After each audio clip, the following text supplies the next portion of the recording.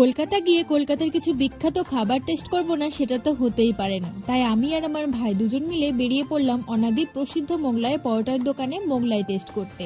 এখানকার মোগলাই নাকি খুবই বিখ্যাত, তাই ভাবলাম টেস্ট করে দেখাই যাক। অর্ডার করে দিয়েছিলাম, তারপর এখানে ভাজাভুজি চলছিল। একটু অপেক্ষা করার পর দুজনকে 2 প্লেট দিয়ে গেল। 100 টাকা করে প্লেট নিয়েছিল। মোগলাই পরোটা ছিল, আলুর তরকারি, স্যালাড আর ছিল টমেটো সস। আলুর তরকারিটা ছিল মোটামুটি আর মোগলাইটা লেগেছিল, কারণ আলু তরকারিটা আমার খুব একটা ভালো লাগেনি। এইদিকে আমার ভিডিও করতে করতে আমার ভাইয়ের অর্ধেক খাওয়া কিন্তু শেষ। যাক, ছেলের খিদে পেয়েছে, খেতে থাক। আমিও খাওয়াটা শুরু করলাম। প্রথমে একটু সস দিয়ে খেয়ে নিলাম, বেশ ভালোই লাগছিল, মোটামুটি ছিল। মোগলাই পরোটাটা শেষ করে আমরা আবার অর্ডার করে দিয়েছিলাম ফিশ কাটলেট, যেটার দাম নিয়েছিল 90 টাকা।